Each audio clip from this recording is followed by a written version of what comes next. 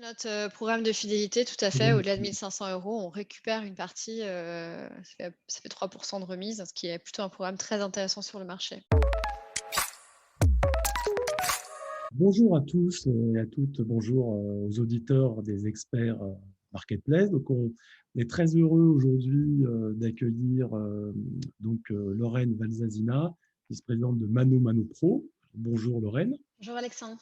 Voilà, alors Mano Mano Pro, tout le monde ne connaît pas encore, ou tout le monde va connaître, ou tout le monde qui est dans la cible connaît.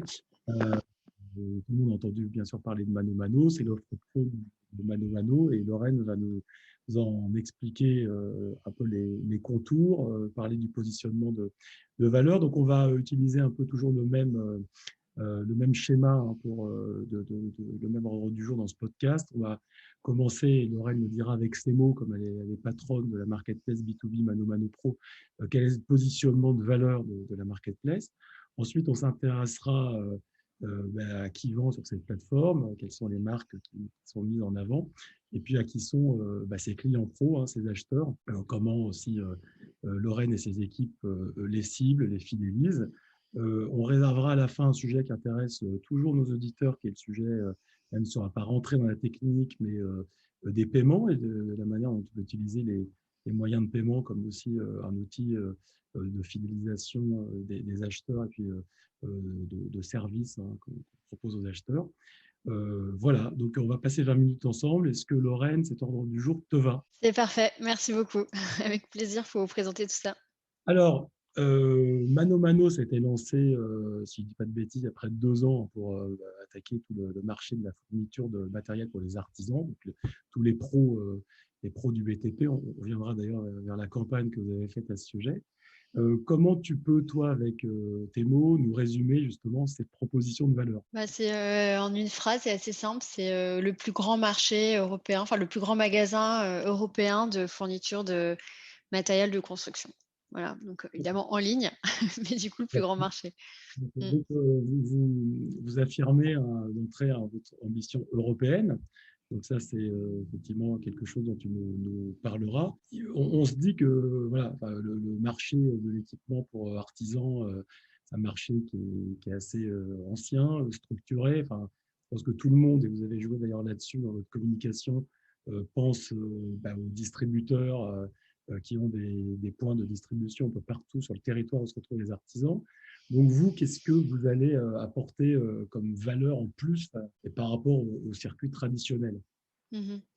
Oui, bah, tu l'as dit, donc c'est un marché qui est énorme. Donc c'est un marché, nous, qu'on estime aussi gros que le B2C, donc environ 200 milliards en Europe de l'Ouest, et qui aujourd'hui est très peu digitalisé. Avant le covid, les chiffres qu'on avait par la FEVAD, c'était, autour de 5 de digitalisation du marché, donc très, très peu. C'est un des marchés B2B les moins digitalisés et qui est très compliqué, pour les petits pros, puisque c'est notre cible prioritaire. Pourquoi c'est compliqué? Parce qu'un petit pro, en général, il fait plusieurs métiers. Il achète un peu d'électricité, un peu de plomberie, un peu de peinture, et cetera. Et aujourd'hui, les magasins et les réseaux, de négoce sont hyper spécialisés par métier. Et donc le parcours d'achat d'un petit pro qui voudrait acheter tout pour le chantier de son client, c'est beaucoup de temps, beaucoup de passages dans différents magasins. Et notre proposition depuis le début, c'est de réunir, sur la même plateforme dédiée, l'ensemble des produits qui permettent aux petits pros de réaliser, un chantier complet. Donc ça, c'est vraiment l'avantage très fort. C'est pour ça que je disais notre punchline, c'est vraiment le plus grand marché, enfin le plus grand magasin de, matériel de construction qui te permet en un clic d'avoir accès à tout. Et puis ces produits, bien sûr, on ne se contente pas de les proposer, on les présente d'une manière qui est, vraiment adapté à la façon d'acheter de nos pros. Aujourd'hui, ils sont habitués à rentrer dans un magasin, trouver très vite le produit, repartir avec parce qu'ils ont peu de temps à perdre, et on leur propose de vivre une expérience, aussi simple et aussi rapide en ligne. Donc on est sans arrêt en train de tester notre façon de présenter et notre façon de catégoriser les produits ou de les proposer aux professionnels et d'améliorer. Un exemple, c'est, aujourd'hui, on a des filtres qui sont très spécialisés et concentrés vraiment sur les avantages que recherchent les artisans sur un produit et qui leur permettent de gagner du temps, parce qu'un grand, grand magasin où tu as, des millions de références, évidemment, il faut trouver très vite son produit.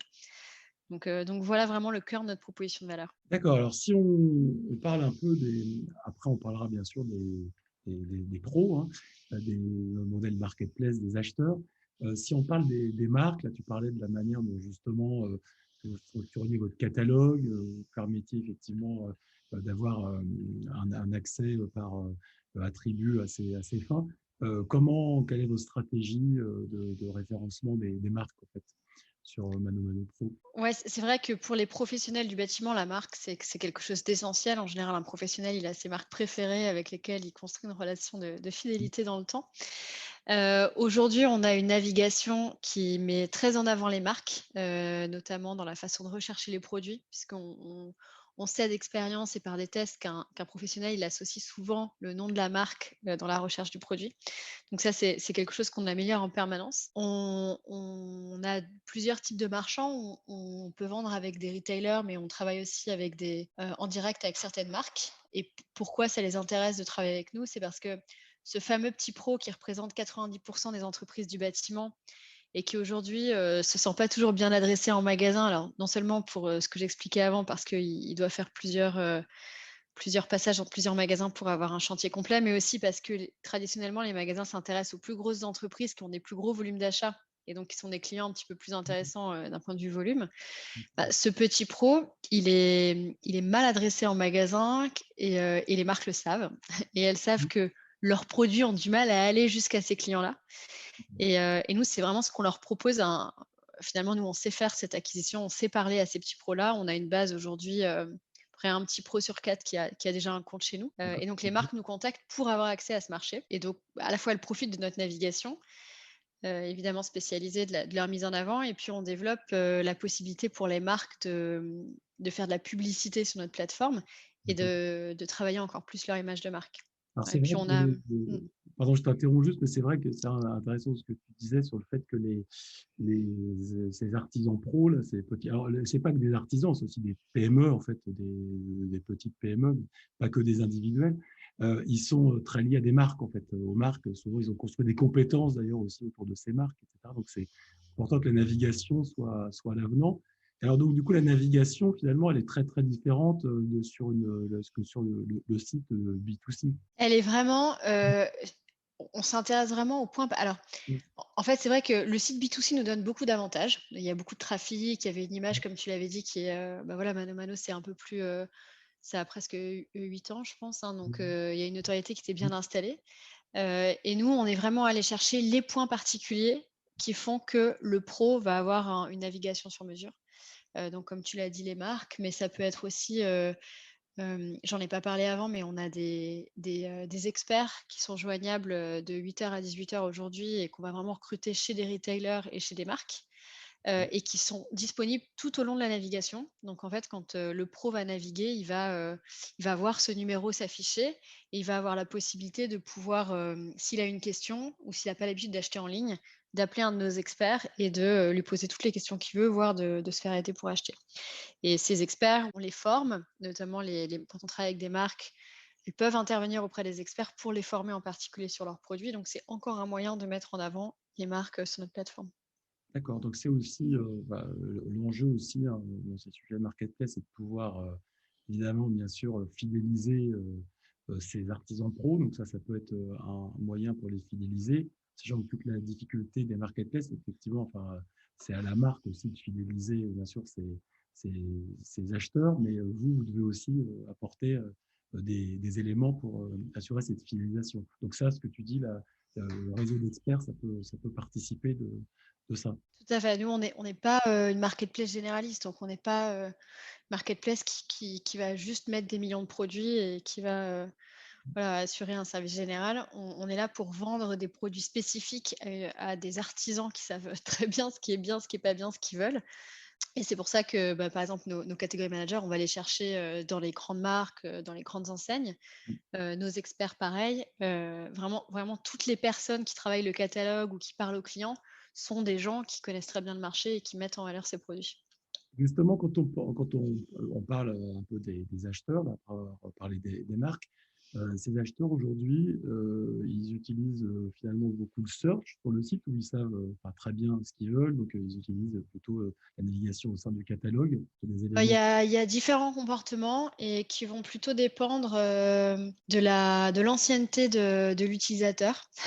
D'accord. Oui. En fait, on remarque que, bah, évidemment, plus un client va venir souvent sur la plateforme et plus il va être autonome et il va savoir comment chercher. Donc, on est très vigilant, nous, à personnaliser nos parcours D'accord. le plus possible. Alors, non seulement en fonction des spécialités, par exemple, si la personne a renseigné qu'elle est plombier, elle verra pas la même homepage, elle aura une sélection de produits spécialisés, elle va recevoir des newsletters qui seront spécifiques à son métier, mais aussi selon sa fréquence d'achat. Elle recevra des informations différentes parce qu'on sait que quelqu'un qui vient d'arriver sur la plateforme, on va plutôt lui parler de découvertes, de comment on fonctionne, alors que quelqu'un qui commence à venir toutes les semaines, on va aller un peu plus loin dans ce qu'on va lui proposer. Parce qu'il est évident que, comme c'est un marché où il y a que, entre guillemets, 500 000 clients potentiels, Mhm. on crée une relation dans la durée et une fois que la personne a acheté chez nous, on tient vraiment à créer à la fois une relation humaine avec nos experts, mais en même temps une relation de CRM en leur proposant les bons plans, les bonnes offres du moment pour créer une relation de longue durée. Donc ça, c'est effectivement ce qu'on disait tout à l'heure sur la notion de fidélisation, etc. Justement, l'image qu'on a quand je reviens tout à l'heure là, sur votre campagne de communication là, qui était enfin, une campagne décalée pour aller chercher les pros là, sur leur lieu d'approvisionnement. Parce que vous avez fait une campagne pour les pros du bâtiment, près des lieux d'approvisionnement, où vous les interpelliez en leur disant mais qu'est-ce que vous faites là? Mano Pro bosse pour vous, c'est ça. Justement, c'est des lieux aussi où quand même les artisans aimaient bien s'arrêter parce qu'il y avait de la convivialité, souvent des gens qui étaient un peu seuls. Donc, on imagine que ça, il faut cette notion un peu de regroupement, de communauté, etc. Ça, c'est des choses que vous travaillez comment? C'est un bon point. Alors nous, on s'était donc là, le style décalé, c'est le style mano mano, hein, Oui, oui, de tout à toute fait, bien façon sûr. globale. Oui, Hem, et nous, on voulait vraiment être présents, pour les pros qui n'ont pas encore le réflexe d'aller en ligne, parce que ceux qui sont en ligne, on a un pro sur 4 qui a déjà un compte chez nous, donc ils nous connaissent et ils savent ce qu'on peut leur apporter. Mais pour les autres, on voulait, voilà, leur faire ce petit clin d'œil pour leur dire, «Pensez à nous».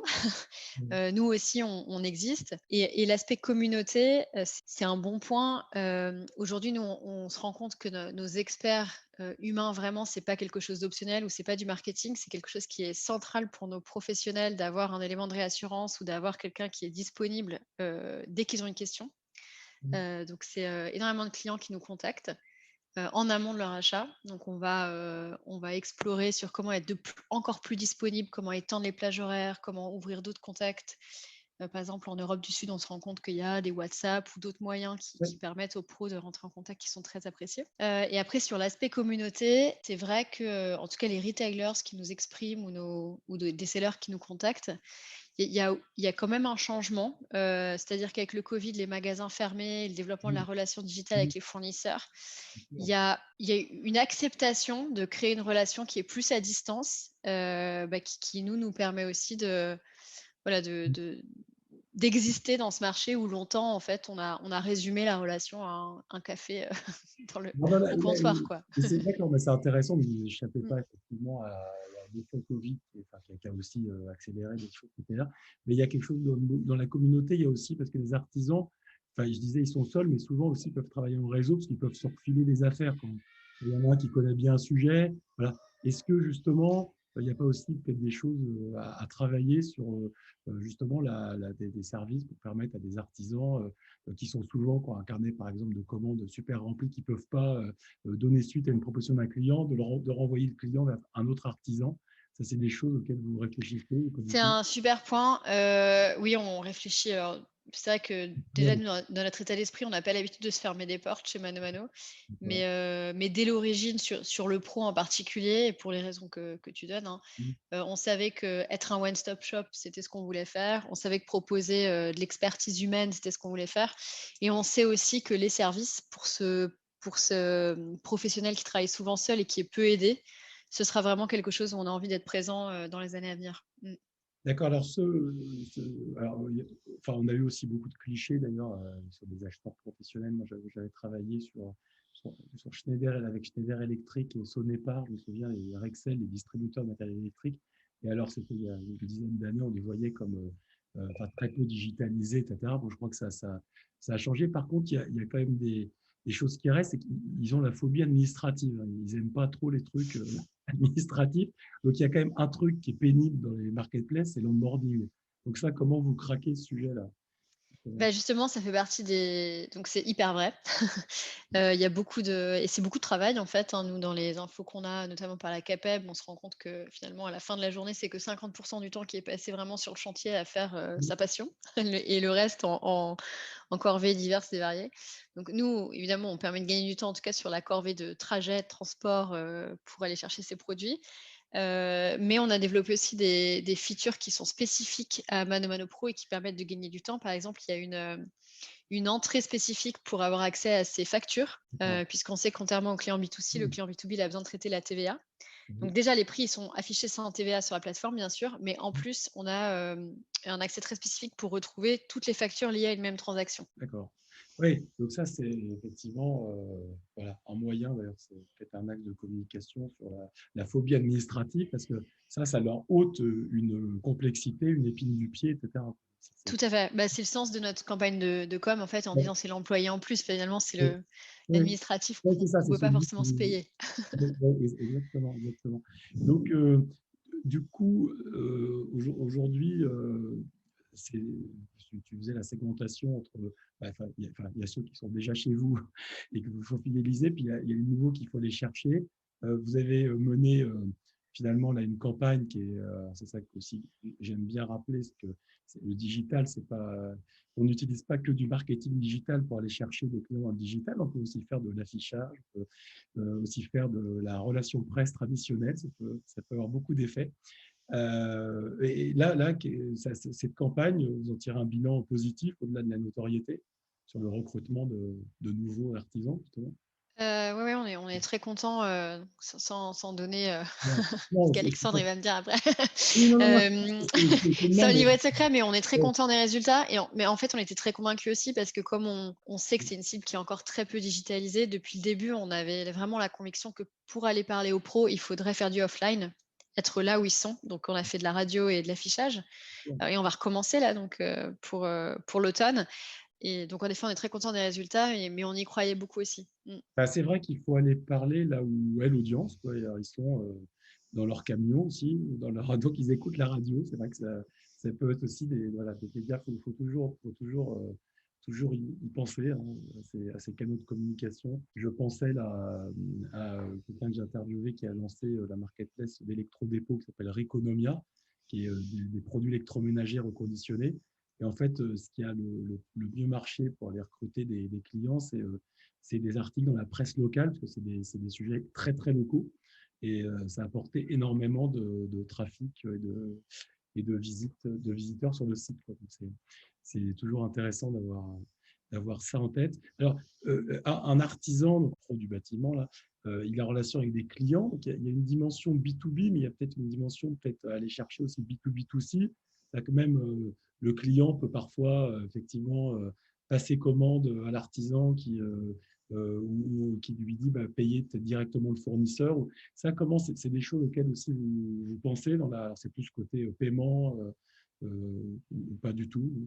Bah, c'est vrai qu'il y a une, c'est comme les services dont on parlait avant, hein. Il y Oui, a des pistes assez, intéressantes à creuser sur, bah, on a une base de données, enfin, on a une base de clients qui est, je pense, assez unique, avec un petit pro sur 4 en France. On a une base de clients B2C qui est aussi très intéressante. On a, un catalogue qui est très large où, en effet, le client final et l'artisan peuvent dialoguer. Donc c'est pareil, c'est des portes qu'on ferme pas. Il y a certainement des choses à faire.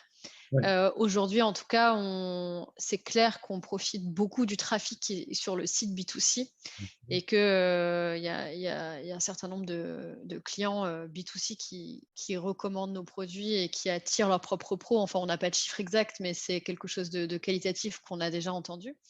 Ce qu'il y a, c'est que le pro qui achète, pour son client sur Mano Mano Pro, plutôt que de laisser le client acheter et puis ensuite poser, il va quand même profiter de notre politique de fidélité, puisque tous les 1 500 € d'achat, il aura un cashback de 50 €. Donc ça reste plus intéressant pour lui d'acheter le produit, et de le poser, et de profiter de la remise, Ouais. pour ses volumes d'achat. Après, ça peut être une logique d'acquisition de leads si, pour aller voilà, mettre un moment le client final dans la boucle et pouvoir le récupérer, en étant RGPD compliant, bien sûr, ses coordonnées. Alors, justement, parce que dans ce podcast, on n'a pas de tabou, donc il y a quand même un sujet, parce que moi, j'ai envie de te poser la question, donc je pense que les auditeurs ont envie de poser la question. C'est vrai qu'il y a souvent, dans le monde du bâtiment, on a des manières de payer qui sont souvent en cash. Donc, on peut se dire qu'effectivement, sur une marketplace, on ne va pas payer en cash, mais par contre, chez des distributeurs, on peut payer en cash.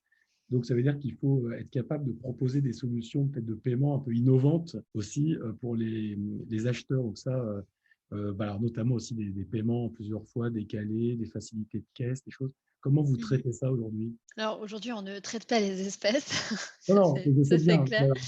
Mais depuis plus d'1 an, on propose du paiement différé, parce que comme tu l'as dit, c'est un des codes du secteur, et c'est vrai que les clients pros sont habitués, en tout cas ceux qui l'utilisent, à avoir un paiement sur compte qui leur facilite encore plus la vie. Et donc on a un partenaire aujourd'hui qui nous permet, si le client est éligible, de lui proposer un paiement, décalé. Donc il va, faire l'ensemble de ses achats et payer, plusieurs jours plus tard, 1 fois par mois. D'accord. Alors, il y a ça, puis il y a peut-être demain des produits plus de crédit ou des produits de fonds de roulement ou de fonds de caisse pour qui permettre d'avoir un compte, une somme à mobiliser chaque mois sur la plateforme, quoi. Parce que j'imagine qu'il y a aussi des artisans qui font des paiements, des paiements un peu récurrents. Euh, alors, justement, parce que par exemple, ce que peuvent offrir aussi parfois des distributeurs traditionnels aussi, c'est des politiques, de remise, de choses comme ça, parce qu'ils ont des artisans qui, je sais pas, installent 3 chaudières par semaine, commandent énormément de vis, de boulons, etc. Donc ça, vous aussi, comment vous travaillez avec les marques pour proposer ce type d'offre? Alors en fait, dès le début, notre positionnement à nous, c'était de pas rentrer dans, ces remises au volume, qu'on peut avoir chez les négociants, pour pouvoir proposer toute l'année les prix les plus bas, parce que c'était une forte demande de nos clients en disant: «Bah, nous, on est des petits et comme on pose pas, Nous, on n'a pas accès à ça. voilà exactement, autant de volume, et ben, on n'a pas accès à ces grilles de remise qu'on peut trouver, dans les magasins physiques». Donc on a, et encore aujourd'hui, quand on a souvent nos clients en ligne qui nous le disent, hein, ils nous disent: «Nous, les promos, les prix cassés, c'est pas Ouais. ce que j'attends, c'est vraiment le prix le plus bas toute l'année pour tout le monde». Mais encore une fois, on s'interdit pas demain d'explorer, si dans des cas particuliers, s'il y a vraiment des gros volumes et que ça procure de l'utilité à la fois aux marchands et à la fois aux clients, d'explorer des solutions, voilà, qui pourraient nous permettre d'aller plus loin. Mais aujourd'hui, on est vraiment sur une politique de prix transparent au plus bas pour tout le monde, Alors, quel que soit le volume d'achat. tu disais, oui, Mano Mano Pro, c'est le deuxième employé.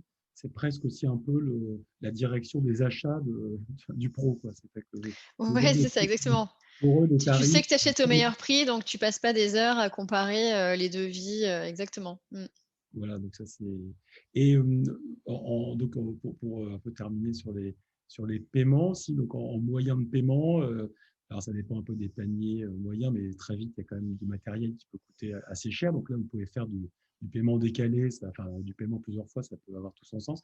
Mais il y a la possibilité de payer en carte bancaire par virement. Ouais, carte bancaire, virement, donc c'est assez traditionnel, et je pense que vraiment la différence, c'est le paiement différé, Ouais. qui permet au pro d'ouvrir un compte et de décaler, ce qui lui permet, lui, d'être payé, en fait, en Ah général, oui. pour son chantier avant de payer la marchandise, ouais. Et Ouais. d'ailleurs, on voit que les acheteurs récurrents, ils sont très, très friands de ce service, parce que c'est ceux qui ont l'habitude d'acheter, et du coup, voilà, ils ouvrent un compte, ils achètent, ils ont un budget, ça marche très, très bien avec les pros, ouais. Et donc vous avez aussi un mécanisme de cashback aussi pour Et ces. ça, c'est notre, programme de fidélité, tout à fait. Au-delà de 1 500 €, on récupère une partie, ça fait 3 de remise, ce qui est plutôt un programme très intéressant sur le marché. Alors, comment vous abordez, on va finir là-dessus, parce que c'est le sujet, dans l'air du temps, c'est pas que dans l'air du temps, c'est une tendance sociologique, le sujet de l'économie reconditionnée, etc. Parce que, même dans le monde de l'outillage, etc., c'est des tendances aujourd'hui qu'on voit s'imposer. C'est aujourd'hui des choses que vous commencez à, à toucher du doigt ou vous êtes, enfin, ça dépend aussi de la politique des marques. En fait, Mmh. Oui, oui, c'est vraiment un gros sujet qu'on a bien en tête et notamment, comment on peut accompagner nos clients artisans sur, eux-mêmes leurs propres contraintes. ouais, ouais, ouais, Parce qu'on sait qu'avec le RGE, avec les crédits d'impôt, avec, les déchetteries, il y a beaucoup de choses à faire et c'est clairement des sujets sur lesquels on réfléchit et on proposera des choses dans les années à venir. Mmh. d'accord. Parce que bon, enfin, le reconditionner, c'est aussi, surtout en B2B, c'est aussi un processus de vérification, de qualification, etc., du matériel qu'on remet dans le circuit. Il faut offrir un certain nombre de garanties et donc ça a aussi des coûts supplémentaires. Tu parlais aussi des dispositifs RGE, etc.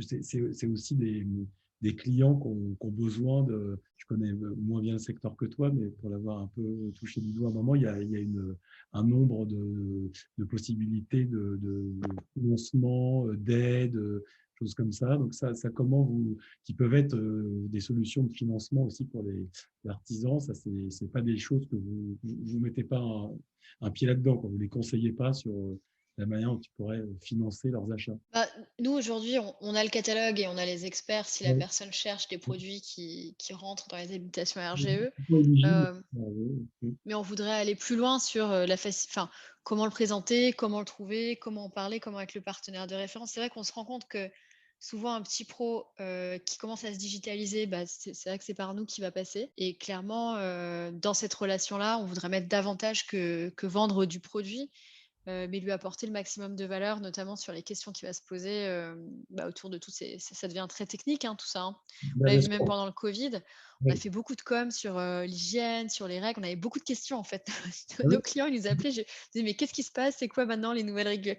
Voilà, donc ça a été l'occasion de nous rendre compte que dans la relation qu'ils ont avec nous, ils attendent aussi plus que du produit, mais vraiment du conseil et de la relation de plus en plus technique. Mmh. Alors ça, après, ça pose une question dans les modèles marketplace. Bon, enfin, modèle marketplace, pour expliquer aux auditeurs, enfin, ils le savent, que le volume d'affaires et le chiffre d'affaires, c'est pas pareil.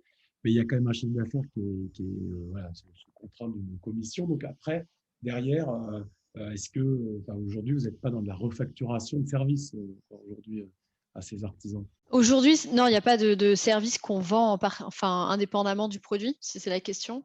Ouais, ouais. Ça fait partie de la valeur qu'on apporte à un artisan qui achète en ligne chez Mano Mano, de lui donner, l'ensemble des conseils pour la mise en œuvre du produit ou sur les spécifications techniques du produit.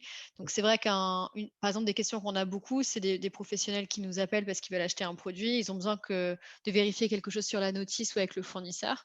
Donc Ouais. notre expert va prendre la question, contacter le fournisseur et puis rappeler ensuite, évidemment l'artisan. Pour nous, ça fait vraiment partie de la relation, business et de la relation c'est vraiment cet employé, tu l'as bien dit, hein, cet Ouais. employé en plus, en fait, au-delà du fournisseur, en fait. Mmh. D'accord. Donc, bah, écoute, enfin, c'est très clair. Alors, quels sont, enfin, tu les as un peu dessinés, mais justement les défis là, pour les mois qui viennent. Enfin, tu as parlé aussi du développement en Europe. Si tu peux nous dire un peu où vous en êtes, c'est intéressant. Ouais, bien sûr, bah, on a ouvert en Espagne et en Italie, fin d'année dernière. C'était des marchés qui ressemblent pas mal à la France, notamment en termes de structure de petites entreprises et donc ça nous paraissait assez naturel de commencer par eux. Puis évidemment l'ambition de l'entreprise dans son ensemble, c'est de devenir, leader online, européen et bah, nous, on s'inscrit complètement dans cette ambition-là, de devenir, bah, ce magasin de matériel de construction à l'échelle européenne, en tout cas en Europe de l'Ouest. Alors, est-ce il y a quelques MeToo là, dans les pays, dans les autres pays européens, où il n'y a pas d'acteurs encore de votre taille, en fait? Bah, c'est vrai que c'est une des beautés de ce Ouais. marché. Il y a des acteurs qui sont, soit très généralistes, soit très spécialisés. Heu, nous, on pense qu'il y a pas d'acteur vraiment one stop shop, sur l'ensemble des marchés qui est vraiment concentré sur le petit pro et tous les besoins spécifiques que tu as très bien cités. Donc, voilà, on a un boulevard, devant nous. Enfin, c'est quand même un gros challenge. On a une équipe qui est très, très engagée au service de nos clients et de nos sellers. Mais on est très ambitieux. Ouais. Eh ben, écoute, Lorraine, on va se quitter sur ce mot ambition, comme on a bien compris. Et je pense qu'effectivement, tu as de manière concise bien résumé la proposition de valeur, vos enjeux, les spécificités aussi du B2B, et puis ce que c'est que de pouvoir effectivement accompagner la transformation digitale d'un marché en proposant les bonnes expériences aux utilisateurs, les bons catalogues, puis en étant très proche des clients, parce que c'est pas parce qu'on est en distanciel qu'on n'est pas proche des clients. Donc, merci beaucoup, Lorraine. On retrouve donc le podcast donc sur, bien sûr, Deezer, Apple Podcast, SoundCloud, Spotify. Et vous le retrouvez aussi sur le site marjorie.co. Vous retrouverez aussi un petit résumé de ce que nous a partagé Lorraine à l'occasion du podcast. Voilà. Merci à nouveau à toi, Lorraine. Merci beaucoup, Alexandre.